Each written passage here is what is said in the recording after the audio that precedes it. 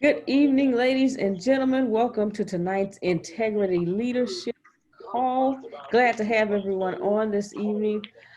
If you are in a position to do so, please turn on your camera so that we can see your lovely, shining, smiling faces. And if at any point in time you have a question, if your camera is on, simply raise your hand or wave your hand. We'll acknowledge it that way. If your camera is not on, not to worry. You can click on participants. From there, you'll see a small blue hand that says raise hand. Click on that. We'll acknowledge you that way. And you're always welcome to type your questions and thoughts in the chat. Now, let me get out the way of greatness and present these two, the dynamic duo to you for the Integrity Leadership Call. This young lady is the COO of the ATSJR companies, as well as the CEO of DeMarie. And this gentleman is the CEO of KSBM. Come see about me, okay? He has a book coming out, y'all, real soon. Look, be looking for that. Don't judge a book by its cover. Ladies and gentlemen, I present to you Miss Deanna Mitchell and Mr. Reginald Hall. Woo!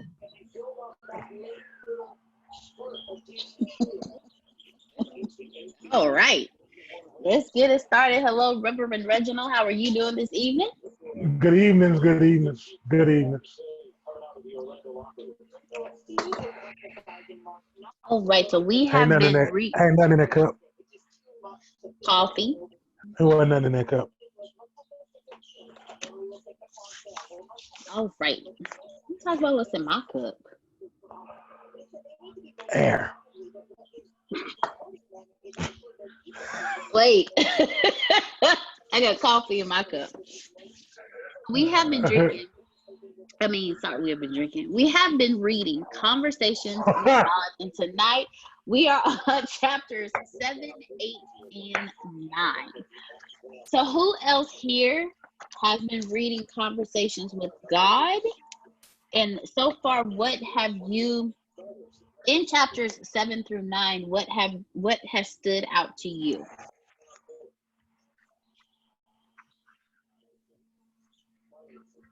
All right. So, Reverend Reginald, if you don't mind, I have a small passage that I would like to bring up because I know you had something that you wanted to talk about in depth as well.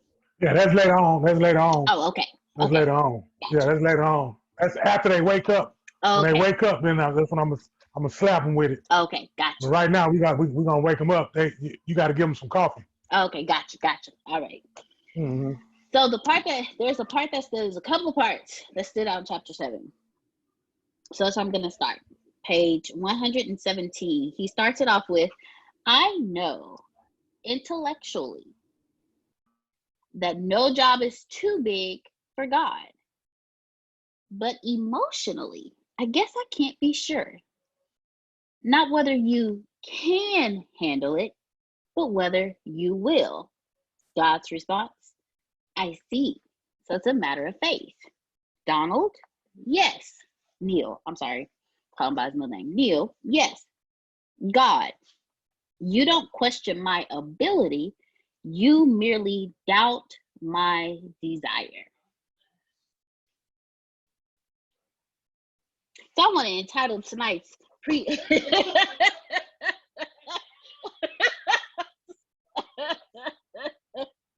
Do you believe? 117. So I want to title tonight's sermon topic with, do you believe God's will is yours? No, I'm just, but seriously though, like when I read that, I was like, wait.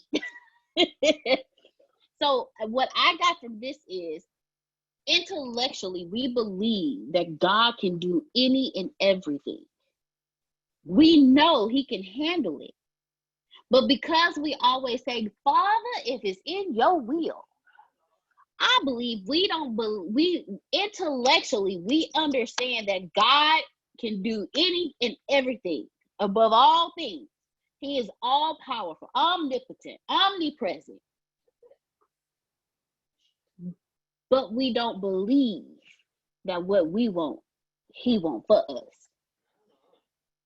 So we don't have the faith and understanding that God's desire is our desire. So we think we know he can handle it. We just don't know if he will do it for us. That's what I got out of this. And when I read that, I was like, that's why. That is why we pray and don't receive what we ask for. That's what we ask and we believe, but we don't receive, because in all honesty, we don't believe.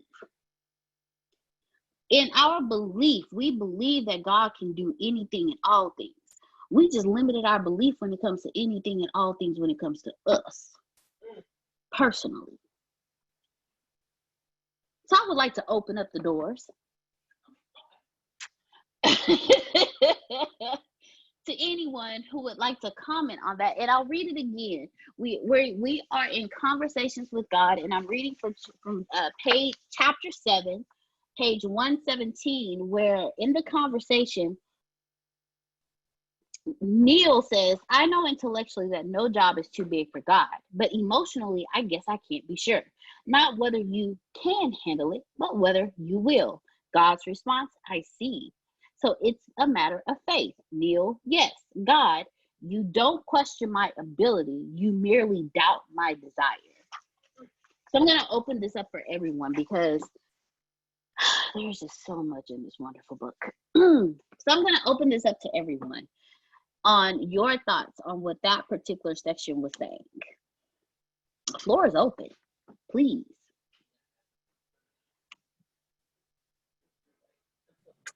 All right, Corey. There's a few things I got from that. I think the first thing is that when it comes to our desires, we always look at our own desires, and we think we basically, even though intellectually, and we hear it all the time, that God is all and everything, we still relate to him like he's still human, because that's all we know how to relate. So, once and the thing is that it's very difficult for us to even believe that we are creators just like him.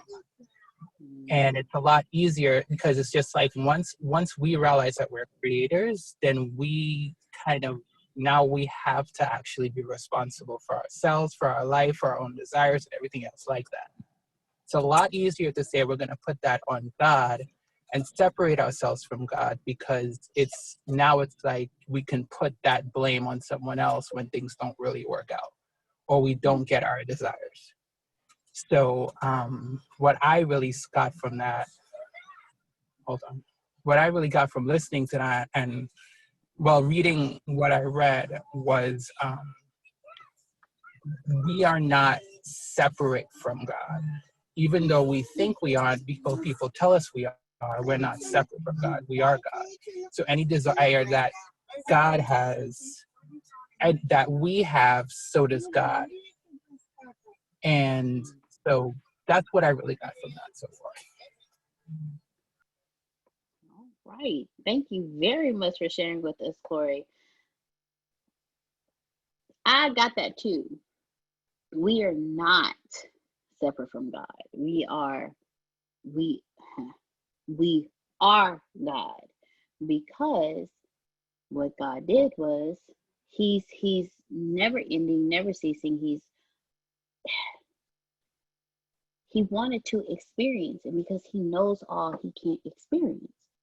So what he did was, each and every one of us, he separated himself in each and every one of us. This is my understanding of it. Everybody's understanding is different from what was read. Each and every one of us is a different God experience, so that he can experience.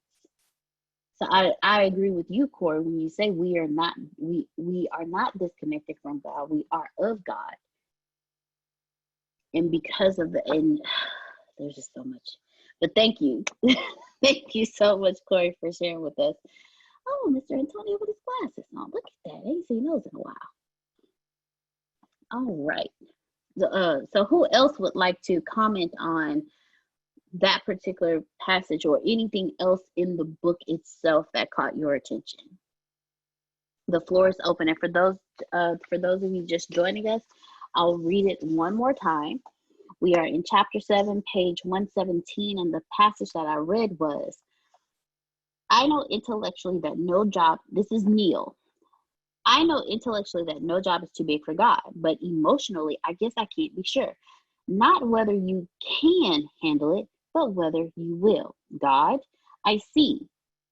So it's a matter of faith. Neil, yes. God, you don't question my ability. You merely doubt my desire. So I would like to open it up to everyone. And Antonio said comment. He wants to hear what we think. So I want to open it up to everyone. Please unmute, speak what's on your mind. Again, this is the Integrity Leadership class. This is also a safe place. This is a place for us to grow and learn as a family, as one. So there's nothing that you can say that's wrong. There's nothing that you can say that will be like, oh my goodness. No, this is an open place for everyone. So please, and Grace, I saw you raise your hand earlier. Go ahead. Floor is open. Yeah. Okay, I totally agree with what God said to Neil, because like you all were saying earlier, no, none of us question whether God can, but we always question whether he will. The thing is, God wants what we want. But the thing is, if you, whatever it is that you desire, but you think, oh, well, people like me don't get those things. Well, you know what God just said? Yes, people like you don't get those things. If you say, oh, you know what? I want this house. I want this 5-bedroom house with this many bathrooms, this many bedrooms. I want a game room, I want a TV room, I want a pool, I want a man, but that house no gonna be, you know what God said? Yes, that house no gonna be, and you don't get it. So it's the whole, you don't question my ability, you merely doubt my desire. So when your desire fades, so does God's desire fade. His desire fades too, you know? I've learned through Antonio that God never, we always say God either says yes, no, or wait. God always says yes. It just depends on what you say. Okay? So if I want $10,000 and I say, man, in the back of my head, I'm like, girl, you know you're not gonna get that. God, you know what God says? Yes, girl, you know you're not gonna get that. Okay? Because in the I believe it was the first chapter, God was telling Neil, hey, it's not about what you say, it's about what you feel. And that's correct. And we always, in these groups, we always talk about vibrations and the law of attraction. Yes, that stuff is real. So if I say with my mouth, I'm getting $10,000, but I don't feel I'm getting $10,000, it's not happening. It's not happening, you know? So yes, God can and God will if you know that he will. And if you feel and you vibrate at God will God will give this to me, give me my desires. I wanted that iPad, and I felt every time I looked at that iPad, I'm gonna get that iPad. I had the vibration. The same facial expression I had, that's what I felt. I'm gonna get that iPad. That's what I felt. And I got it. So, and I got it for free because I kept saying, I don't know how I'm gonna get it, but I'm gonna get it though. And I got it. So the same thing can go for, man, I want this 5-bedroom house. I don't know how I'm gonna get it, but I know I'm gonna get it. God is gonna bless me with this house. And you stay in that vibration of, I'm gonna get blessed with this house. God is like, yes, I'm gonna bless you with this house. Here you go. He's always going, I want this. Okay, here you go. Man, but I don't know. Oh, well, never mind. He can. But if you doubt his desire, you're doubting your own desire. So thank you for letting me share. Well, thank you for sharing. All right, who else? One other thing I wanted to add that just came to me is it's almost like I think about the whole idea of the desire. I'm also thinking about like the relationship to your word and saying what you say, saying and doing what you say you would do. And whenever you break your word, you're also breaking your relationship with your dreams. So it's like the more that you break your word over and over and over, that means that your word doesn't matter, which also in turn almost has you believe that God's word doesn't matter. So to me, it's just like I'm grappling with that conversation of how important it is to follow through with what I say I would do practically, and being able to on a practical level. And whenever I don't, especially when I could and I don't, it more just says, well, it basically chips away at my own desires of what I want. And, you know, if I actually want it, because the more I don't do what I follow through, I don't do what I'm supposed to do, the more the desire for it decreases. And then, of course, because I am connected to God, the desire for God decreases. So that's what I do.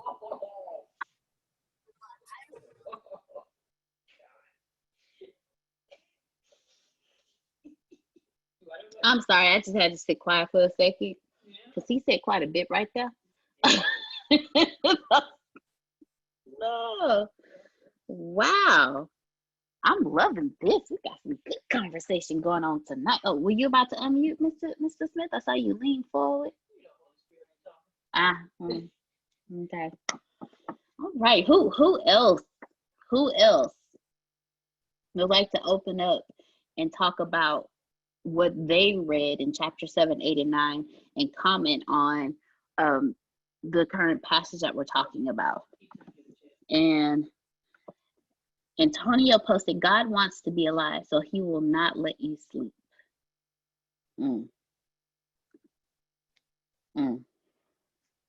Just gonna take a sip on that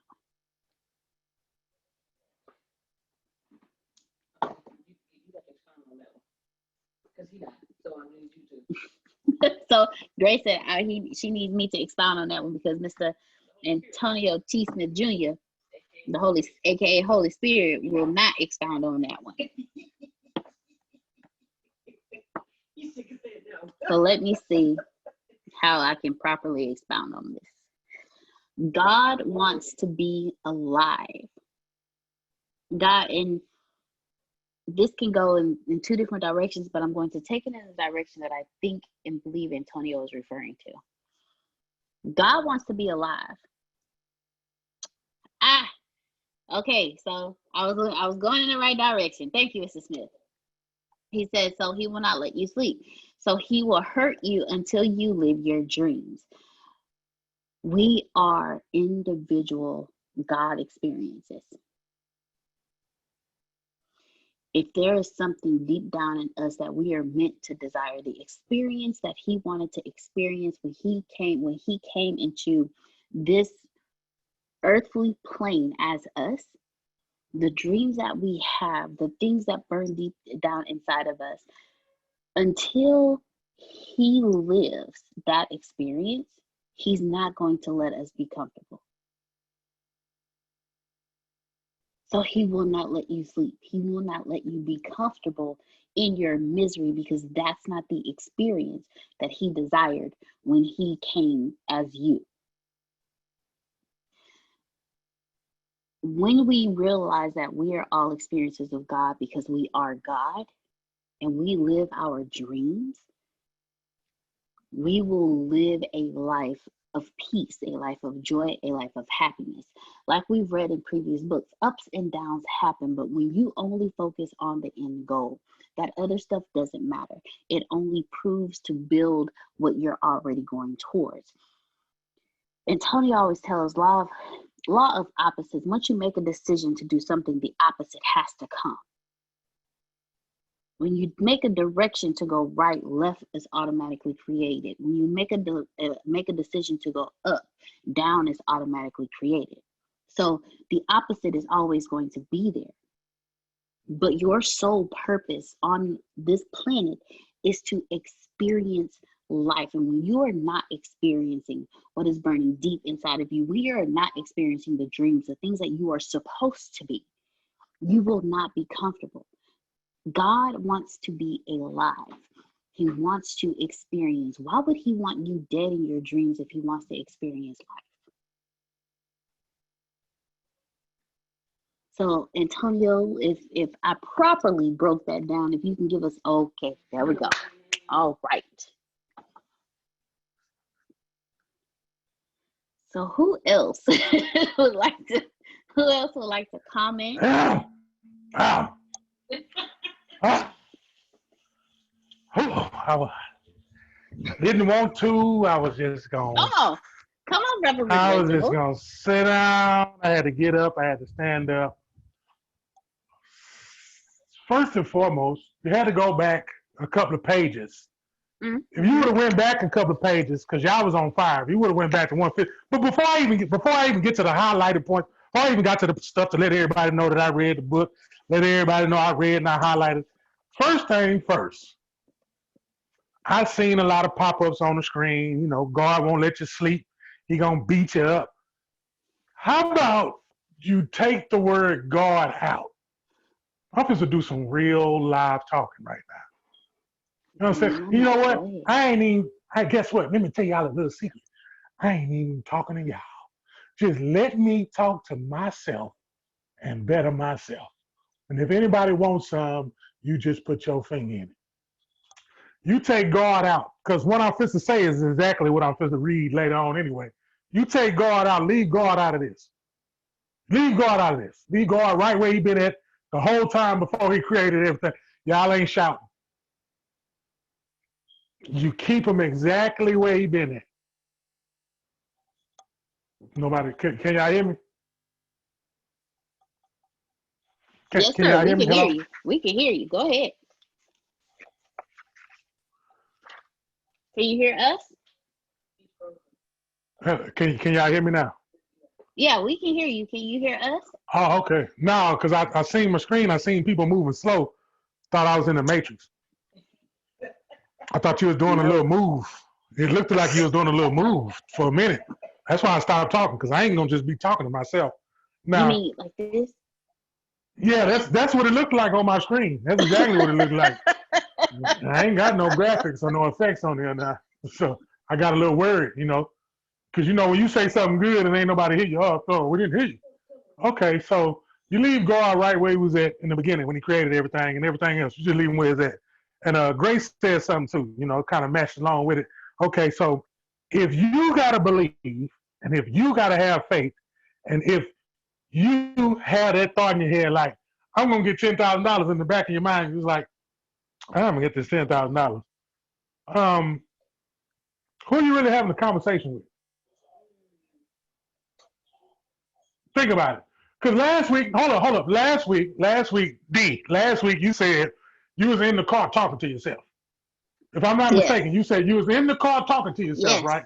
Yes, I was. Okay, and you had told yourself, you just shut up. You know, you checked yourself, I sure right? did. Yes. Okay, all right. Okay, so you tell God what you want. Okay, if you believe in what you told God what you want. Yeah, I said it just like that. I sure did. If you believe that you told God what you want and you believed it and you took the steps forward, it's going to go back to what I'm supposed to say on page 114, one paragraph. It says your job. Hold on, I'm gonna let y'all get that saved. When the church get that saved, man. Amen. Amen. When the church get there, say amen. You know, the pastor don't even give you enough time. All right, it says, your job is to render them independent, to teach them as quickly and completely as possible how to get along with you. For you are no blessing to them so long as they need you to survive. But bless them truly only in the moment they realize you are unnecessary. In the same sense, God's greatest moment is the moment you realize you need no God. I don't know why I find, when I read this, see, you could have told me this 10 years ago. You could have told me this 20 years ago. But no, I had somebody that me and him the same age right now. And he told me that I had went up and told God, you know what, God, I want the hardest way possible. And that's what I want. That's what he told me I picked. I want the hardest way possible. And you know, I probably agree with him, you know, but it said God's greatest moment is the moment you realize you need no God. So if you need no God, don't take it out of context. You need no God.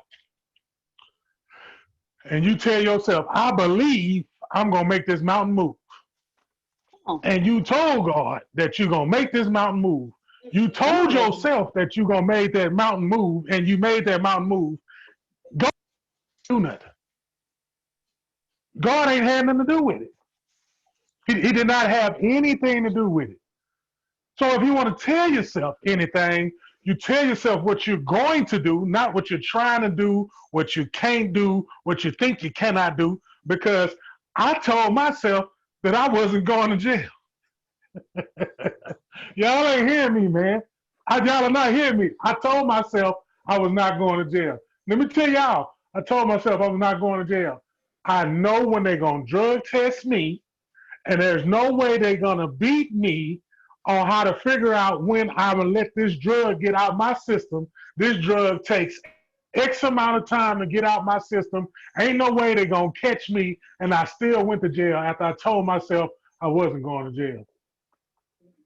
And then he just mentioned, he said, God will beat you up until you get to the point to where you're supposed to be, not what God wants you to be. I know, man, it's not what God wants you to be. It's whatever you was destined to be. And whatever you was destined to be is going to beat you half to death until you do it. It's going to beat you half to death. Do you got to lose teeth? Do you got to lose hair? Do you got to lose loved ones that was telling you you need to keep on with your dream because that dream you got is a good dream, and I don't know why you won't take no further action to it. You don't need no guard. Because some of you talk to them, some of you have conversations with them.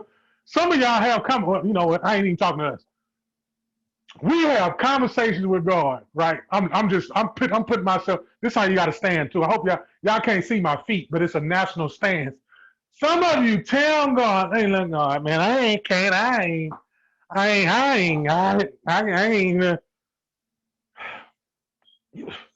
You're telling them.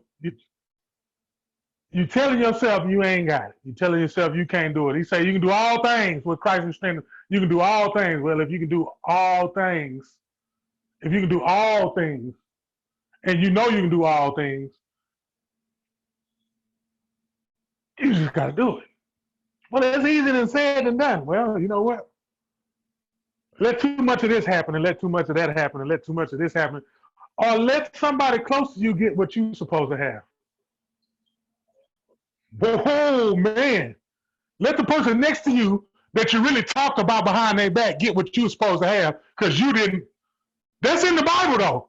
I ain't playing with y'all, man. That's in the Bible. That's what really going to tick you off. That person that's in the same little lane with you, you know what I'm saying? You got your peripheral on them. You kind of looking at them on the cool. You know what I'm saying? You watching their every move. You just hoping that you can stay one up on them all the time. And that's why you ain't never going to go nowhere because you.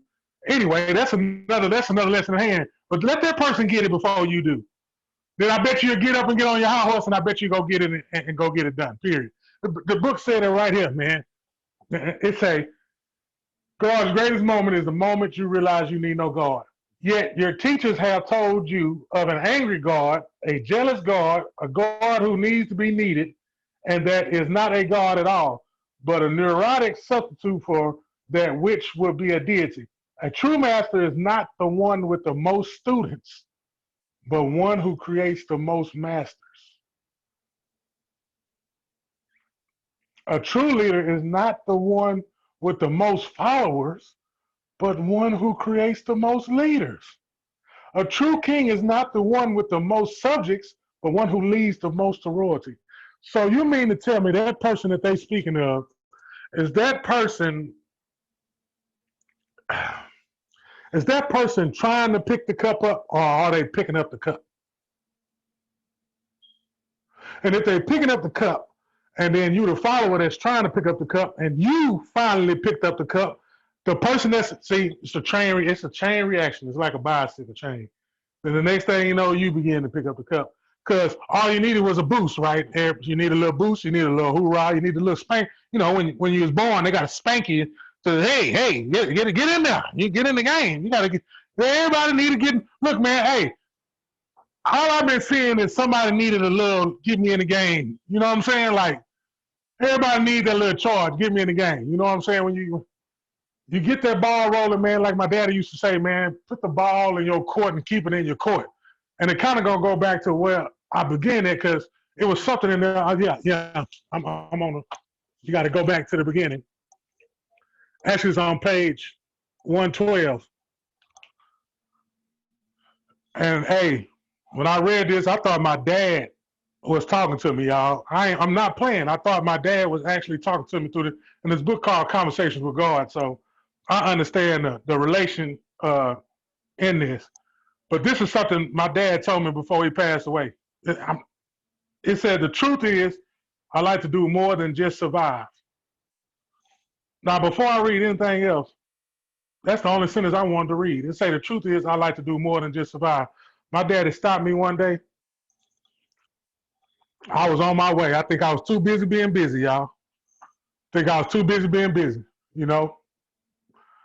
And I walked by his room, and he stopped me and he said, son, he looked me dead in my eye. I'm on my way out. I got keys in hand and everything. He said, son, when you going to stop surviving and live? Man, he knocked the wind out of me, man. He knocked the wind out of me. You know, and I had to sit on that one, like, when I'm gonna stop surviving and live? And I think about all the conversations we had in this group with a lot of people, you know what I'm saying? They was at a point to where how do I overcome this? And how do I get myself to get to this next level? And you know, they're trying to figure out, and you know what I'm saying? And we have words of encouragement. We have all kinds of tools. But last week we said it, and this is what we got to stick with. You got to know who you are.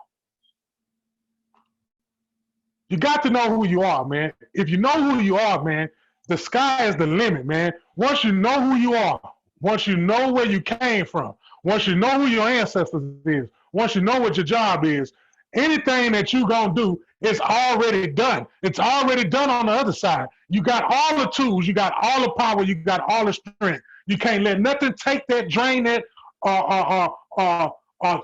draw you somewhere else to where you get lost in the sauce, or please don't let life, don't let earth, don't let none of the elements that is used to get us to where we're supposed to be drain you. That's it, man. Don't let none of the elements that is used to give us life drain you. What I'm talking about, don't let them feelings drain you, man. What I'm talking about, feelings of doubt, fear, hell, death. Death to do it to you, man. Death to do it to you. Death to knock everything up out your soul, man. But it's got to happen. Come on, man, it's got to happen. It's got to happen. You can't avoid it. If you know things that you can't avoid and you can't avoid it, what you scared of? It's going to happen. So guess what? In the meantime, I got to make this happen. If I got to make this happen, do you know what? Because if I see that I'm on this road, yes, on this road of success, you always going to see unsuccess. It's built that way. You on this road, that means you higher up, you get to see unsuccess. And guess what heart you got? I can't let them just go, because what they don't know at the end of that road is a drop off.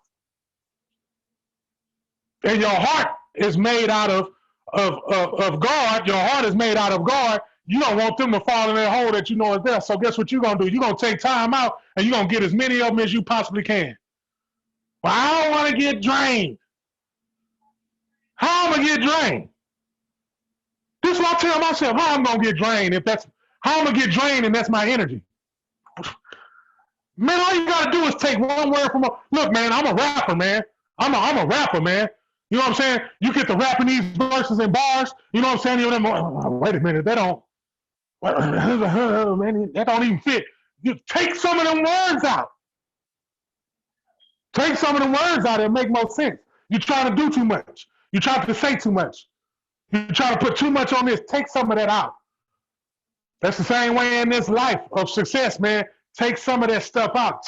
That stuff that you're holding on to is your anchor. That's what's pulling you down. And guess what that stuff you hold on to? Somebody else gave you that. Come on, man. That stuff you hold on to, somebody gave you that. What am I talking about? I'm talking about some of that stuff they taught you from over here, and they don't even know where they got that from. They weren't listening to God, man. They was listening to themselves, man. Come on, man. They was not listening to God in the first place. They was listening to themselves. So that's why you got this. And then when you finally got there, you like, man, that wasn't right in the first place. Oh, I'm the only one that experienced that. I'm the only one that experienced growing up with some parents or with some grandparents that taught me something. And then when I got my own come on, man, because we call it sense. You ain't alone. D. We call it sense. Don't we call it, that makes sense. That make a lot of sense. Okay, sense. How about consciousness? We talk a lot about consciousness. We was talking about the matrix. We was talking about a lot about the consciousness. Once you understand your consciousness, once you understand who yourself is, once you line up and get peace with yourself, once you line up and start putting good stuff in your body, then all of a sudden it start making sense and stuff start coming to you and stuff start getting clear. And then you got to start blocking off some of that stuff. You know what? I don't need none of that. I don't need none of that. Because every time I got filled with that, I couldn't get past this. Why we can't get past a certain point? Because we done filled ourselves up with some stuff that we didn't even need. Come on. But we picked that up along the way. But foremost, just got to go back to that part one more time. Just one more time. One more time for the church. Where I was at 115, that turned me all the way back to another chapter. There we is. God's greatest moment. This is his greatest, man. God's greatest moment is the moment you realize you need no God. That is the moment you realize who you are. That is the moment you realize who you are. How many people on this phone call right now? No, seriously, for real talk. How many people know who they are right now? It's cool. It's cool. It's cool. It's cool. It's cool. It ain't cool with me, but it's cool. Because if I know who I am, I don't care what come my way. I know who I am. Oh, man, such and such. I know who I am. I know what I have to do now. Now, I ain't got time for this, man. I ain't got time for that right now. His greatest moment. Just picture God having the greatest moment. Okay, now after you finish picturing God having a greatest moment, picture your greatest moment. Matter of fact, I want everybody to think about their last greatest moment. D, what was your last greatest moment? Your greatest moment. My last greatest moment is bringing another God experience into this world.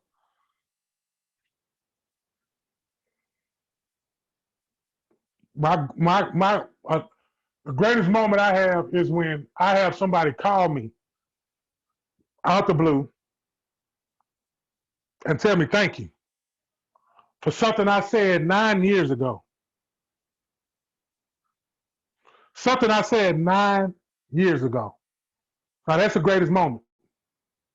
Why is that the greatest moment? Because they work both ways. It's not the fact that I heard something good about myself. No. It's the fact that, do you know where I was at when I heard that? And you know what you just did to me? I got to go do somebody else like that. Maybe 9 years from now, I can get a phone call from them. That's my greatest moment.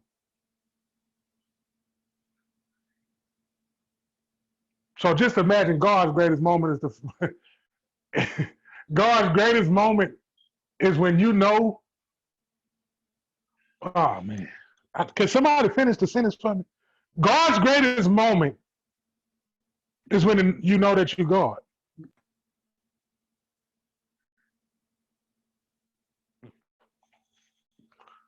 How else can you, come on, man. Come on. We talking about making God have a greatest moment, man. God. We ain't talking about your mama. We talking about God. We talking about making him have his greatest moment. You mean to tell me his greatest moment is when you know what? Yeah, I've been telling you this the whole time. I've been telling you this the whole time. I've been telling you this the whole entire time. I yeah, you remember that? You remember that? Yeah. Remember that over there? Everybody remember? No, while we sitting on the phone, everybody should be remembering that time when you ain't supposed to be here. Come on. That time when you're supposed to be dead. Come on. When the miracle happened and you ain't had nothing to do with it. And all you did was grace. Come on, man. All you had to do is, you know what? I gotta stop being grace. I gotta stop being grace right now. I gotta stop it. When you identified it, and after you identified it, you displayed it, that was God's greatest moment. That was his greatest moment. He could sit back, have a Corona with a lime in it like Snoop Dogg on the commercial, and he can relax on the beach. He's like, my child got it. But sometimes, guess what we do? We go right back. You think God want to do all that work? He everywhere at the same time doing all this wonderful stuff. And all he's saying is, just give me a hand.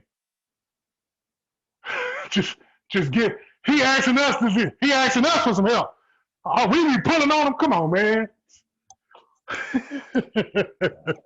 We be pulling on him for ooh, I ain't got enough for 2-piece Tuesday. We be pulling on him for I ain't got enough for hot and ready, Lord. Can you just bless me with somebody that wanna, you know what I'm saying? I'm talking about for the little smallest stuff, man. For the smallest stuff. Pulling on them and just his greatest moment. His greatest moment is when you put your foot down and say, I am God. I am the image of God. I am the image of God. I am the image of God, the creator of all. Say it to you. No, stop. Say it to yourself. I am the image of God. I am. Now, I done had a study about 3 weeks ago, and I said, probably about 4, I don't know. It could have been 2 days ago, but I'm going to say it again. If you look in the mirror, you should see who? All right, then. Okay, then. Who needed that today? Let me see a blue hand, a white hand, wherever it is, an emoji. Send me if I see your real hand, that's good, because I want to see the lines on your hand, because because I read palms, and I could tell that you just got extended some more life. Yeah, got extended some more life. Like God is pleased with this. Do you know how pleased he is right now? You mean to tell me, man, it's a group of people on the integrity leadership class. Right now, they on the phone, and they're getting it. And for the ones who ain't never heard it like this, I picked today for them to hear it like this. This is the day that I picked for such and such to hear it. The way that it's being told right now, however it's being told right now, and however it's being understood, this is the day that I picked it. And this is the day they needed to hear it, because this is the day they wanted it, because yesterday they asked me for it. I almost threw my phone through the wall. Because somebody asked for it. Hey, God, hey, man, I've been reading Conversations with God, and I see how he was talking to you, and you know what? It's time for me to have a conversation with you. It's time for me to say, God, who am I, man? Who am I? What can I do? What is my strong points? What can I do right now to make you happy? What can I do right now to please you right now? What can I do to put me in a better position? What can I do? And he said, know who you are. I need something. I need a sign. Look in the mirror. I need you to talk to me. You on the phone call. You ain't running. You can't escape. You can't run, you can't escape. You got what needs to be done now, we need to spread this. This needs to be spread in your business, your books, whatever is going on, this needs to spread. You need to tell the people now. You need to tell them now because they're confused. And you know what confusion does? You know what confusion does to your mind and your brain? It's stress. And stress tears down your body physically. Then when your body gets tore down physically, you ain't gonna have no drive whatsoever. Then they try to put you on some type of, I don't want to keep going, but I'm just saying. But don't you feel better when you know? Don't you feel better when you know that you're going to get that taken care of? Don't you feel better when you know it's going to get taken care of? Don't you feel better when you're the one that's doing it to get taken care of? Don't you feel better when you are the one that's in control of getting it done and nobody else is getting it done for you because you made a decision to get up and say, I am somebody. I am the creation. I am the creation. I am the image. I am the image. I can give somebody life right now if I decide to with my tongue right now. I can give somebody life or I can kill somebody with my tongue right now. Which one? Which one? I can make sure somebody that couldn't see, I can make sure they can see now because they didn't have no understanding, but right now I'm giving them understanding. And if they don't believe the words that's coming out of my mouth, then I can show them something where they can read it for their own self. Or I can put them in a group that's in the same group and all of them marching at the same tone and all of them marching to the same tune and all of them being successful and all of them getting all the things that they asked for. Or I can sit over in the sidelines and I can say, oh, I can't stand them over there working hard. I can't stand them over there getting it. I can't stand them. I don't even like the way they look. Look at them all happy. You can be that guy. And that's the guy that normally get hit by the bus. That's the guy that normally runs and crashes into a tree. That guy. Because he asked for it. What you asking for today? You asking for that $10,000? Well, make sure you ask for it like you already got it. Oh, I mean pray. For all the prayers out here, I mean pray. What good is it for you to pray if you don't believe in it? What good is for you to get down on your knees and go through a process and you don't even believe that the light's going to get paid tomorrow and you ain't got a dime? Don't even get on your knees and go through the process. Don't even go through the motions. Don't even go into a closet. Don't even go into a bathroom. Don't even do it, man. You might as well just keep doing what you've been doing. But you go in there and you got dog and say, man, I need this here. I need it done today, and I know you're going to do it, and leave it alone. And go over there and motivate yourself or go over there and motivate somebody else and watch it get done. And then when you see it get done, you be like, now I know what to do because I know who I am. God's greatest moment is the moment you realize you need no God. I'm going to say this again because, you know, if you keep repeating stuff, one of my favorite rappers he say the same thing 3 times. He say the same thing 3 times. You ever heard a song and you tell her, I can't stand this song.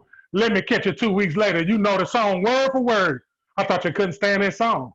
I thought you couldn't stand that song. Well, I heard it so much, I know it word for word. Well, let me let this stick to you. God's greatest moment is the moment you realize you need no God. I'm on mute. Talk to me, people. Talk to me.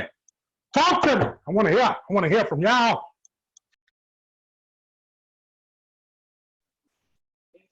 So I'm not following that.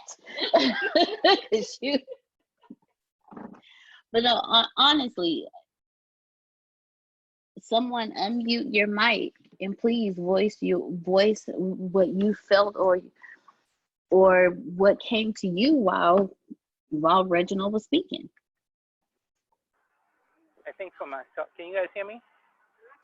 Yes, sir, we can hear you. All right, cool. One of the things that I got was, I think later on in the book, or somewhere in the book, it mentioned something about there's no such thing as obligation. Like, you're not obligated to do anything. And after Reginald, what Reginald was more talking about is, if we're not, because in my mind, I always feel like I'm obligated to do something. You know, when it comes to getting rich, you're obligated to do certain things to be rich and all this other stuff. But it's like, if you get away from that obligation, what's left is creation. Because every obligation that you have is from someone that God created from someone else. But once I start saying, well, okay, if I am who God is, I'm not obligated to do anything what anybody else said and how they got rich. I get to create whatever that looks like for me. Even if it did include, for any reason, for me to just sit and do absolutely nothing. If I wanted to do that, I have that opportunity to create that. Because if I am God, I can create anything. And there's no obligation behind it. And that really, and that also just set me free a little bit, because it had me realize, like, I don't have to be a certain way. I don't have to look a certain way. Like, I can actually create moment by moment. And if somebody doesn't like that, that's not for them to create. That's for me. Like, I get to create my experience, not them. So that's what I really got from what he was sharing there. And you can tell a difference from this comment, from the last comment, because that comment had fire in it. Not to say you don't have fire, but that comment had that. You had that go juice behind that. You hear me, Corey? You had that. Yeah, there ain't nothing stopping me right now. You know what? Yeah. That's what it sounds like to me. It sounds like you're on your way to something right now, and that portal is open up because you done seen something. You done seen something. Something that caught your attention. Something that caught your attention. I might be talking about something that you're gonna find out tomorrow. You must know what I'm talking about today. But something got you going in the right direction, and you keep going in that direction. You hear me, Corey? You keep going in that direction, because whatever's pulling you, it's a good pull. And when you said you don't feel obligated, you just set yourself free. You understood that? Absolutely. You just set yourself free. You're a free one. Anybody else free?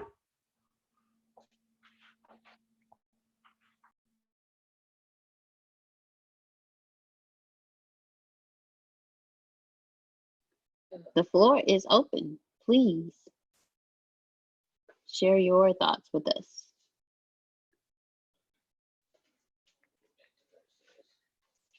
All right.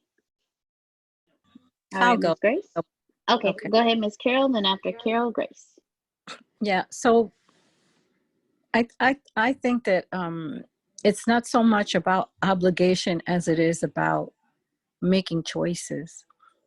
What we choose to be involved in, what we choose to move forward with, because if there's an obligation, there's an expectation on somebody's part, whether you think somebody else has the expectation so you feel obligated, or whether you feel obligated because you have an expectation of yourself because of what you've been indoctrinated in for so many years. So when you start learning new things, your mind starts opening up and saying, oh, wow, that is a possibility. I didn't even know that I could do that. So I think it's about choices. As we learn, we're able to make better choices for ourselves.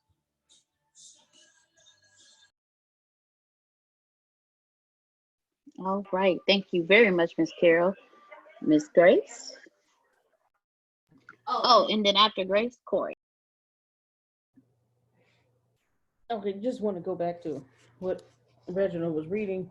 A true master is not one with the most students, but one who creates the most masters. And he kept going. And then the other part, it was saying a true teacher is not the one with the most knowledge, but one who causes the most others to have knowledge. A true God is not one with the most servants, but one who serves the most, thereby making gods of all others. Both of those things describe Jesus. I don't care what faith you are, what religion you are. Everyone knows a little something about Jesus. that true teacher and a true God? Yeah.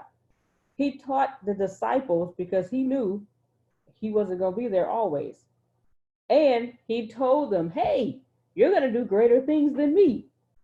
Therefore, he was teaching them to be independent and to not need him. So when he does leave, they understand, okay, he was here to teach us that we are God and that we can do greater things than he did while he was here performing miracles. Oh, I can do that too. Because all I got to do, if I am created in the image and the likeness of God, everything came about when they spoke it. Let there be. Boom, there it is. So, and if y'all realize, we create stuff when we talk. Out of nothing comes something. I don't care what you look at. You're looking at a computer right now. Somebody created that out of nothing.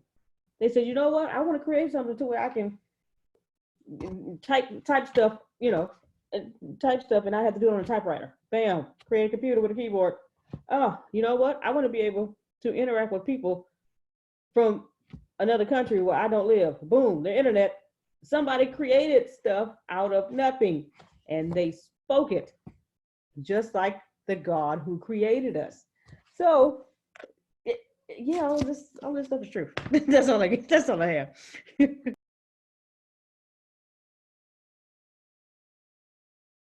All right, thank you okay, Reverend Reginald, go ahead, and then after Oh no, I was just Reginald, we gonna have say Corey. thank you. No, I was just gonna say thank you for her chiming in and telling us that. Because again, I like hearing from, why I like hearing from the people on the call? Because when they've been touched or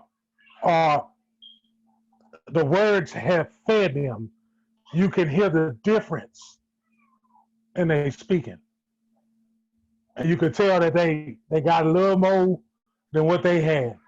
They was on a quarter tank of gas, now they almost on full, And again, that's the greatest. That's one of my greatest feelings in the world, to know that when you spill out and when it overflowed and it touched somebody and somebody got I got that Reggie too. That's what's up. I like hearing that in people's voices. Period. That's all I want to say. That's it. I'll go back in my corner. Joy in the evening time. Ain't no obligation. You ain't gotta do it. But you better. You better. You ain't got no choice. But you gonna hear my voice. That's all. I'm sorry. I just had to get this. It was in me. I done heard Carol. Carol done got me started. The little soft voice done got me. Look at my face. You see my face? Yes. It's a beautiful day out there. Bring out the saintliness in you. That's why. See. Yes. Bring it all out. You're lucky I can't sing R&B right now, because I'll sure hit a note. Yeah, they'll put me out of my apartment, but hey, at least I tried.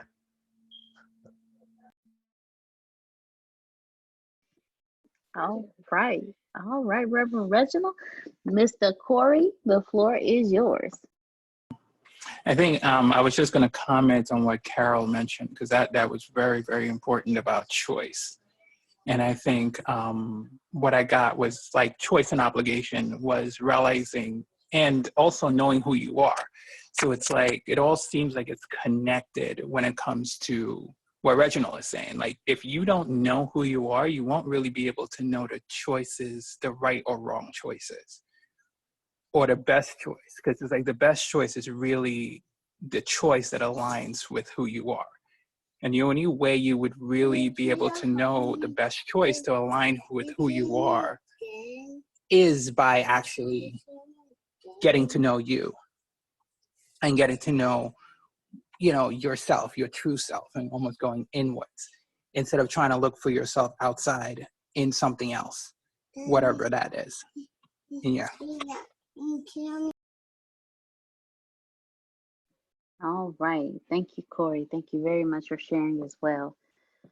Who else has something does anyone else have anything that they would like to share? If not, Reverend Reginald?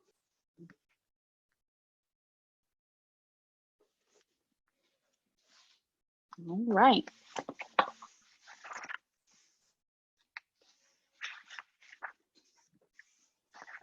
So who else has read something that stood out to them in Conversations with God, chapter 7, 8, and 9?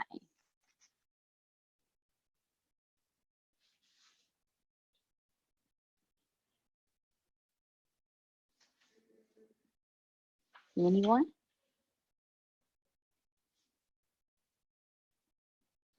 All right. So there's it's on page 123. It actually starts on page 122 where God is talking about relationships. And there's so much. So I'm just gonna pick pieces out.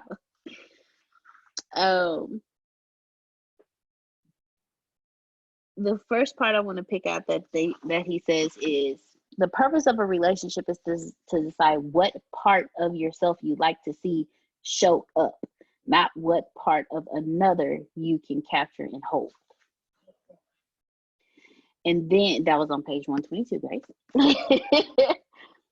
And then he says there can only be one purpose for relationships and for all of life, to be and to decide who you really are. It is very romantic to say that you were nothing until the special other came along, but it is not true. Worse, it puts an incredible pressure on the other to be all sorts of things he or she is not. Then when you go to the other page, you go down to it's the third paragraph, and it's the second sentence. Yet the purpose of relationship is not to have another who might complete you, but to have another with whom you might share your completeness. So I would like to open that up to everyone and get your thoughts on what that means to you, and to get your thoughts on what that means to you and to get your thoughts on those particular passages. So the floor is open. The floor is open. All right, I guess I'll start it off. Well, the whole relationship section, you know how people say my better half or my other half? How they gonna be your other half? Are you only half of a person? No, you're a whole person. And just in this sense, because normally you say, well, half and a half is a whole. Yeah, but you're one whole person and you are a complete person, and your significant other is another complete person. That's why it says when you join together, you become one, because 1 + 1 is 1. But you are two different people in this case, okay? I know I understand math, but I understand. In this sense, you come together at one. That whole one thing is because, we talk about it all the time. Everybody's connected, and there's only one of us in the room. So that's really where it stems from. But also, not to decide what part of yourself you like to see show up, not what part of another you can capture and hold, because that's what we do. When we do get in relationships, we say, oh man, I love how he does this, and I love how he does that. Well, what if he stopped doing that? Then what's gonna happen? Man, he don't do that for me no more. And it's like vice versa. Oh, I like how she does this and that. Well, you're trying to capture and hold, but we never think about what can I bring to the table to this relationship. And the book is saying with your relationships, think about yourself and not the other person, and not in the sense of what I can get out of this relationship, what I can give to the relationship. And if you continue to think like that about yourself, of what I can give to the relationship, and both of you think like that, then you have no choice, but it sounds like you're going to end up spoiling each other. Now, I don't know none of this from experience, but reading this, I just put 2 and 2 together and say, okay, I got you. Now, it's not saying, it's not saying he or she is not going, they're not going to get on, y'all not going to get on one another's nerves. It just happens. That happens, okay? We're human. People are people. But from what I understand, That's what I take from it. With getting in a relationship, you have to, you focus on what you can give and what you can bring, and not what the other person can give to you and bring to you. So. Thank you very much, Grace. Thank you very much. To add on to what you just said, and then to me, that particular area falls into line with what Reginald was saying earlier. You have to know who you are. You have to go into your relationship complete, and what Grace was saying, when you go into your relationship complete, you're going into your relationship saying, hey, this is what I can offer. This is who I am, and this is what I would like to offer. But if you go into your relationship half of a person, you're looking for things in that other person to make you whole, and all you're going to do is end up breaking down that other person, because like Reggie said, that I can't have that on me. Like, that is I'm trying to remember how he phrased it, because it was a certain phrase that he said when he was talking about how can it be too much? How can that person be too much, or how can that person take from you?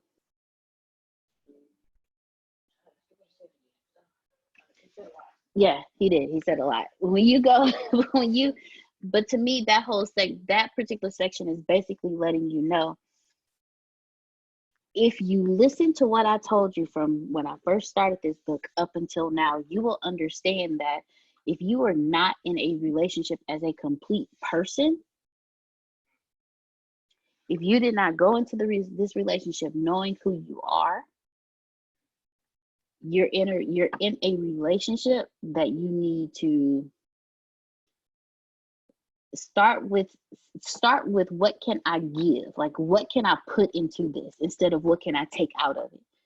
Start looking into what can I give to this person instead of what can I take from this person to make me whole. Because if you go into any relationship incomplete, you're not going to be able to give, if that makes sense. So that's what I got. That's what I got out of this. Well, the bits and pieces I got out of this particular passage. So who else would like to add on what they got out of it? I got something from that passage too. Okay, Corey, and then after Corey, Miss Karen. What I got from it too was it kind of, because what I got saved my marriage a lot in the beginning. Because I think there was a lot of things in our relationship where I complained about my wife, like, oh, she wasn't doing this, or she wasn't doing that, and all these other different things, or she wasn't being a certain way. And the way that it shifted for me was when I realized, like, if I constantly put it on her, then I don't really get to see how I need to grow in the relationship. And probably there's something in there where I'm not seeing something that if I was to see it, that issue would be resolved. And it's just like, all I had to do was shift me and my experience of it. And the minute my experience got shifted, because I saw something in how she was being, and I was just like, okay, then it's probably not her, because she was just being whoever she was being. So there was something in me that was really being messed with, that if I was to really see for myself, it would be an opportunity for growth instead of an opportunity to complain. And that really helped me when it came to growing and developing. So when I see adversity in general in any relationship, it's not necessarily a way to say, hey, I need to run away from this, but it may be like, okay, what is God trying to tell me about this? What is God trying to tell me about me that I can't be in this situation? And what would I need to shift in me to be able to really be present in the moment of what's really happening right now? And so that's what that little piece of passage really got from me, is that realizing that kind of taking back that responsibility and that ability to create what's going to happen in that moment. So it's like the more I complain about something, the more I speak about, hey, this is not working or whatever it is, if I complain about it, what's there is complaint and not creation. So if I let go of the complaint, what's there is creation. And that's where my growth comes in. And now it's like the experience of my wife actually shifts because of how I created her. So it's like when I was creating her as someone who was whatever it was, then that's how she showed up. But now I get to create her as, okay, you know what? She was just being loving in that moment. Now I get to see it as loving through a creation of loving. So that's what I really got. You said a lot, sir. That was, wow. I even learned from what you said. So thank you. Thank you very much for sharing. Thank you. Miss Carol, the floor is yours. I love what he just said, because that was just like super growth right there. When we can look at another person that's reflecting who we are, they reflect us. So when we're annoyed at someone, there's something in us that's either missing or that we see in that person, because everybody reflects the other person, their being, how they are. And when we're in a relationship and we start the new relationship and we're not whole, we're coming in with expectations that you're expecting that person to give you this. And in the beginning, they do it because they're so happy to be with you. You do it because you're so happy to be with them. But when it settles and you're being yourself, who you are being, everything shifts, because they're not getting whatever it is that was filling them, because they have that emptiness inside themselves and nothing to do with you. That's why there's something called codependency. And that's why people will kill themselves and all, because the other person left them and all. I can't live without that person. That's not about love. That's about codependency. They gave them something to make them feel whole. So when you work on yourself, becoming whole, and you meet another whole person, then what you guys do together, everybody's giving in the relationship, but you're also creating together, because you both come in as full whole people, and then you can create something new and fantastic. When you're not full and you know it, and you're in a relationship, you just have to realize those empty pieces. When something comes up, what part do I take in that? What is it that I need to fill? What is it that I need to make whole inside myself? Because it's always a lesson. Everybody, even when you get mad at somebody, you get angry because they did something, right? And you're like, why did this person do that? You know, why not this and why not that? Then you got to look at the whole situation and say, you know, that they're being who they are. Stop having expectations. And if you really want to get it done, then you do it yourself, or ask to get it done yourself, to make sure that it's done. You know, so it's relationships are not easy, but they can be if people come in whole. You know, other than that, it's work. And if the other person knows I got work to do and you got work to do, then when things come up, conversations come up, and you talk about it and you learn from each other. So you learn and you grow with each other. And if you can't at that moment, because you want to just beat them to a pulp, you really have to look at that situation, just step away from it. Otherwise, you'll be fighting, you know, like cats and dogs. There's a lot of people today, because of COVID, that are being abused. Their children are being abused, because that little separate time that they had when the kids were at school or the other person was at work helped that relationship to work, because they didn't have to spend all that time together. But today, because people are spending a lot more time, there's a lot more suicides that are going on. There's a lot more family abuse that's going on. There's kids that are suffering we don't even know about, that's being abused in the house, but they're stuck in the house, so they can't do anything about it. So I'm just saying growth is happening every moment, and there's growth in this, and the lessons that we're learning from conversations with God right now, that, you know, just bring us to another level, just help our minds expand and think a little bit more about What part do I take in all the things that are happening? You know?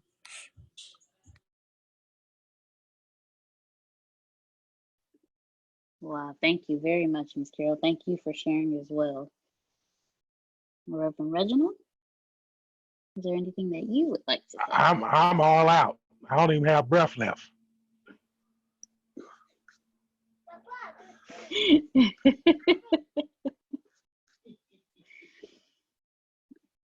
So is there anything else in chapter 7 through 9, or any from chapters 1 through 9 that anyone else has read that has stood out to them that we have not talked about yet or even brought to light? Or something that you took away from the book from chapters 1 through 9, again, that we have not brought to light yet?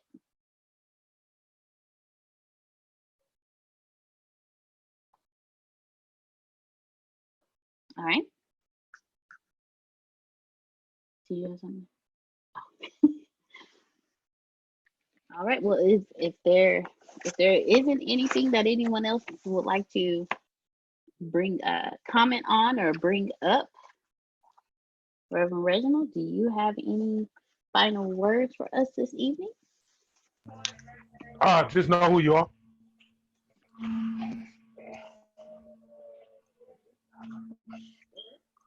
All right. Just know who you are.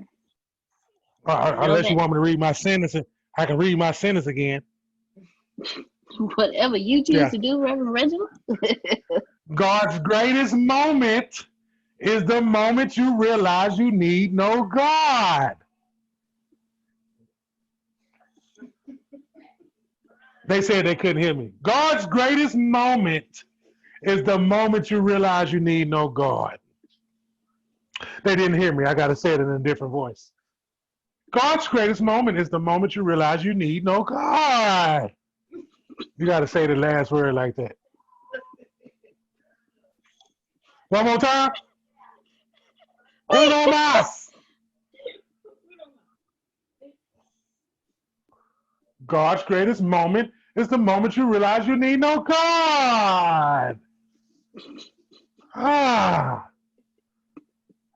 That's how the author wanted us to read it too. That's how the author wanted us to read it. I receive. That's how he wanted us to read it too. Facial expression and all. I receive. Okay. I just ask that as you read this book, ladies and gentlemen, please take heed to what it is saying. It will change your life, your perception, your mindset, how you think about stuff, how you see things. It may save a marriage. It may save your life. You never know. So read the book and don't. One of the biggest things that we have to learn is to always have an open mind. We're taught to have a closed mind, only closed to the things that we are taught, only closed to the things of our homes, the things that our parents teach us or our elders teach us. But if we have an open mind and we're open to learn and we're open to experience, we are open to live. We're open to actually being the experience that God desired when He created us in His image and came down to experience life through us. We are God. And if we are God, we should be creating like the gods that we are. Period. And if we are not creating, then we are not being God.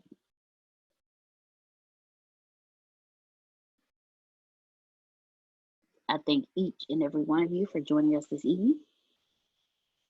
We will see you next Thursday for the final chapters of Conversations with God, Book 1. And then after that, we will be starting Conversations with God, Book 2. So, ladies and gentlemen, you can plant better. You can dominate. We'll see you next week.